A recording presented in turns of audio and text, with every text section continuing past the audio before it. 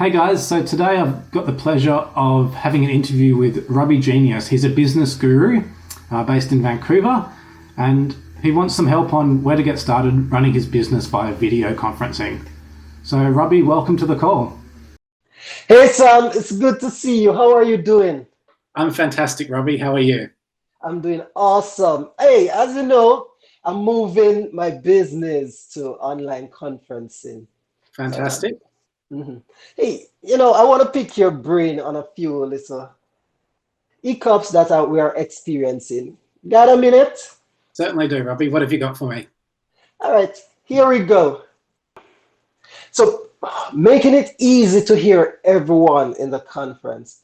How do we get the best sound? Do we need a new microphone, a new computer? Tell us, what's the best way to get best sound? So for the best sound, the first thing I recommend to everyone is to make sure they're wearing headphones. So if all of the people on your call are wearing headphones, just the normal headphones that come with your phone are more than adequate. That helps stop the echo that happens in the room when people are talking. And so making sure that everyone on your call has headphones is the first way to do it. And the second thing that I suggest is that everyone talks on their own device. Everyone on the call has a laptop or a phone, and they're in a room by themselves. Typically, the microphones that are built into your phone and into your laptop are only designed to pick up the one person in front of the device. They don't work well for groups. So just avoid having a group of people trying to huddle around a laptop and try and talk that way. It's much better for people to have their own device. Does that make sense? It does. It does. Yeah, it does. You also mentioned that the mic that comes with devices are designed just for people in front of it. Mm. Would you recommend then that they get a mic that can do surround sounding? Not necessarily. If they're just meeting over Zoom or over Skype or Google like we are today, the Mhm. microphone in the computer is more than adequate, or microphone in the headset, I should say, is more than adequate for this kind of meeting. You might consider bringing in an audio engineer and audio equipment if you're doing a larger meeting that has multiple people or perhaps somebody presenting from a stage. And in that case, you do need specialized sound equipment to pick up a group of people or somebody speaking from a stage. Got you. Got you. Okay, next question. So, how can we make it easy to see everyone? I've always noticed that some of my colleagues, they are dark and pixelated in their face. Is there anything we can do to easily improve this? Yeah, that's a really great question, Robbie, and it's something I get asked a lot. So Yeah. the quality of the video is impacted by two things. Number one is the lighting in the room that people are in, and the second is the internet connection. I'll start with the lighting component of it. So when we're on a video, we want the light to be coming onto our face. So here I've got the window behind my computer, so all of the daylight is coming in through the window and lighting up my face clearly so you can see me. If I was to shut the window and just have the lights in the room on behind me, you would find that my face goes very dark and that the rest of the room is quite bright. Now, this is because a camera is trying to equalize the light and get an even light, but our subject or our faces are not evenly lit. So it's important to have the light coming in from in front of you and not behind you. And the second thing that's going to affect the video quality is the internet connection. So software like Google and Zoom and Skype, they adjust the video quality to maintain a stable connection on your video call. Mhm. So it's important to have a really good, stable internet connection. And if possible, use a hardwired connection. So plug in an Ethernet cable to your network router. And that will give you the best video quality. Sounds good. Thank you for that. Now, the media is releasing stories about these conferencing platforms saying that they are unsafe. What is the story? How do I keep my team safe? That's a really good question, Robbie. And you're right. There's lots going around on the media at the moment about the security around video conferencing. Yes. I'm going to take a fairly basic approach to this and just give some suggestions Mhm. as generic to all video software.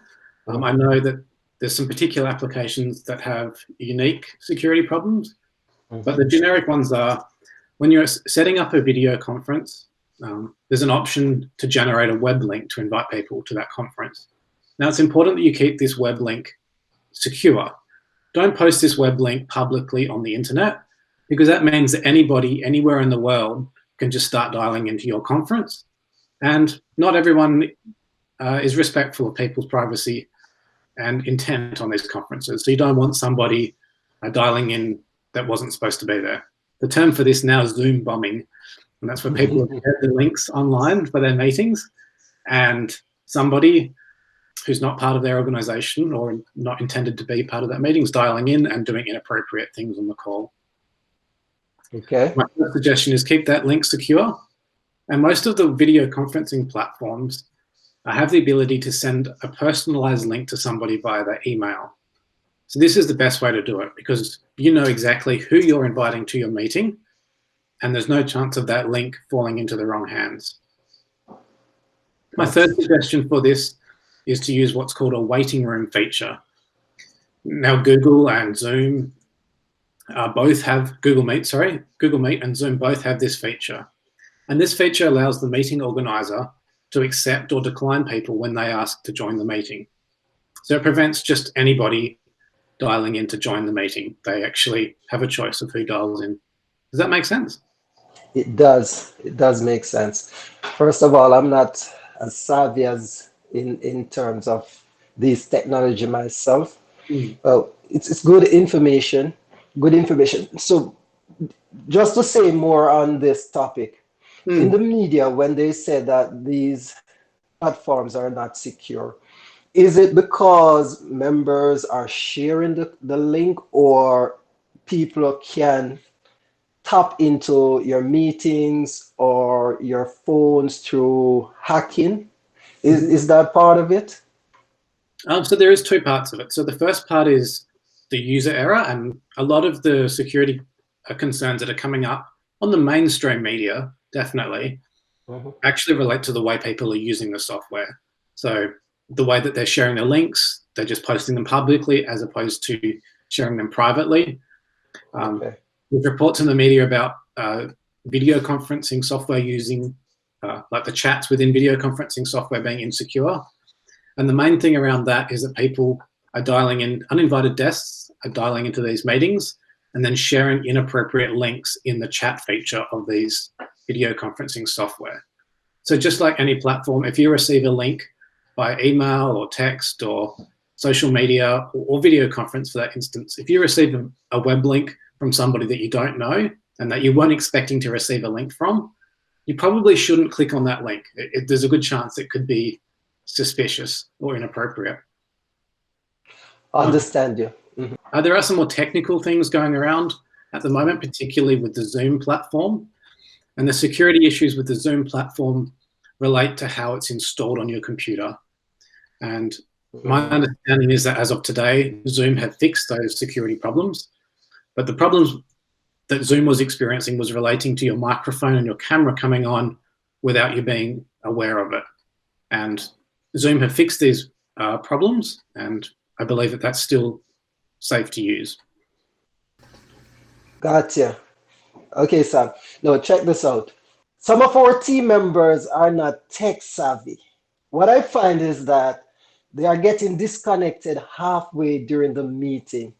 Tell me, do they need a new computer? Is there something else we can do? That's a great question, Robbie. And there's an infinite number of reasons why people could be getting disconnected during the call. But the most common two reasons actually that I come across are a poor internet connection.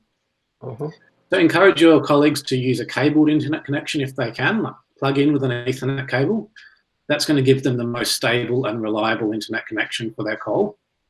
If they don't have the equipment to plug in via cable, try and sit as close to the Wi-Fi access point as they can. If they're a long way, like if they're working from home and their Wi-Fi is several levels down in their house, the Wi-Fi is going to be poor. So they're going to want to sit close to their Wi-Fi access point. And if they're still having trouble, try switching the Wi-Fi off on their cell phone and just use the mobile data to dial into the call. Got you. Thank you for that, Sam. Now, my last question to you. This one now is very important. What I notice is that some of my colleagues and myself too at times, we get distracted during the meeting. We are tempted to answer an email or go make some coffee during the meeting. How do we combat that? You're not alone with that, Robbie. I know that I even get distracted on calls too. And Yes. the way that I've found to keep teams most engaged with video calls is number one is to have an agenda for your meeting or have an agenda for your call so that everybody knows why you're having the meeting, roughly how long the meeting's going to take, and who is speaking when. This means everyone knows what's going on and they can get through the meeting quickly and efficiently, and they get back to those other important tasks like getting the coffee and checking the news. Okay. That's my main suggestion. The other suggestion is to distribute the meeting content and presentations in advance. So if people are experiencing technical issues with their system, not having the content and meeting materials in advance makes it even harder for them. So if you're doing a presentation, send out the slides in advance. And if you're talking about a document over that meeting, send a document out in advance so people can print it off or have it saved offline and refer to it during the meeting if they do need to dial in without a video connection. Does that make sense? It does. It does. Awesome information there. All right. Thank you, Sam. My pleasure, Robbie. Do you have any other questions? No, that's about it for now on this topic. Okay. We can definitely talk more if more come up and if we want to see more on this subject. Sounds All great. righty. Thanks for your time today. Thank you for sharing this wonderful information with us. My pleasure. Thank you. All right then.